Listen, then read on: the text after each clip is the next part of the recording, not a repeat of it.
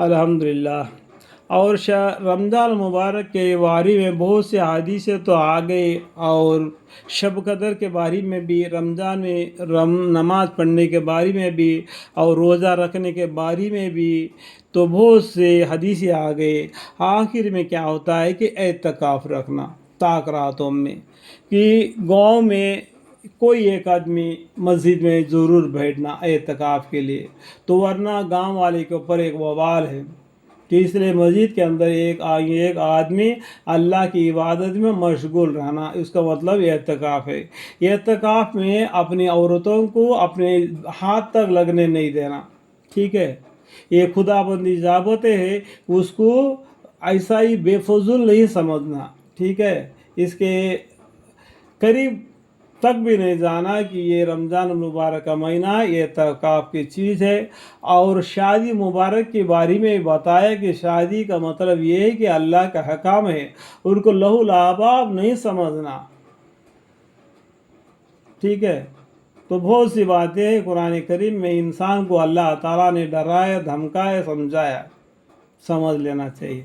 और रमज़ान मुबारक के आखिर में आता है एतकाफ़ के बारे में, फसल सलासा एतकाफ़ के बयान में। एतकाफ़ कहते हैं कि मस्जिद में एतकाफ़ की नियत करके ठहरने को। हनीफ के नज़दीक, अबू हनीफ़ा रहमतुल्लाह अलैह के नज़दीक इसका 3 किस्में हैं। एक वाजिब जो मन्नत और नज़र की वजह से हो, जैसा कि कोई मन्नत मांग लेता है। जैसे आजकल क्या देते हैं कि देखो मन्नत मांग लेते हैं, मैं दरिया के पास जाके नहाऊंगा और दरिया के पास खीर पकौड़ा बना के वहाँ पर बच्चों को बाल कटवा के आऊँगा। ये कोई मन्नत नहीं मेरा भाई। और कोई मन्नत मांग आता है कहा कि अरे बाप रे, दुआ दरगाह शरीफ के पास जाके और वहाँ पर बकरा वगैरह जिबा करके कबाब बना के बच्चों को बाल वगैरह कतरा के वहाँ पर जो नियत बांध देता है कि वो भी देखो दीन के अंदर में एक गुने की चीज़ है।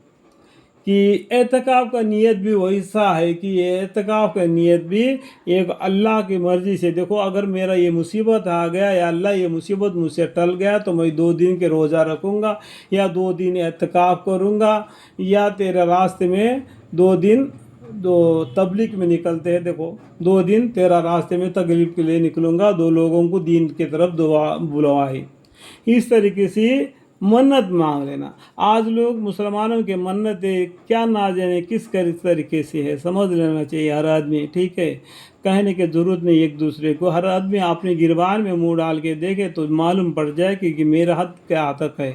एक वाजिब जो मन्नत और नज़र की वजह से होए, जैसा कि ये कहे कि अगर मेरा फलाना काम हो गया तो उतने दिनों का एतकाफ़ करूँगा, जो मैंने अभी बताया नहीं, या बगैर किसी काम पर मौकूफ़ करने के यूं ही कि कहा ले कि मैंने उतने दिनों का एतकाफ़ अपने ऊपर लाज़म कर लिया, ये वाजिब होता है। और जितने दोनों दिनों की नियत की है उसका पूरा करना ज़रूरी है। जो दिल में इसका मन्नत मांग लिया एतकाफ़ का रमज़ान मुबारक में महीने में, उसका पूरा करना ज़रूरी है। अल्लाह के ऊपर छोड़ देना हर काम को, अल्लाह राज़ी करने वाला है। अल्लाह हमें पैदा किया और हमें चलना फिरना रहना सहना तक का अल्लाह ताला हमारा खबर रखता है।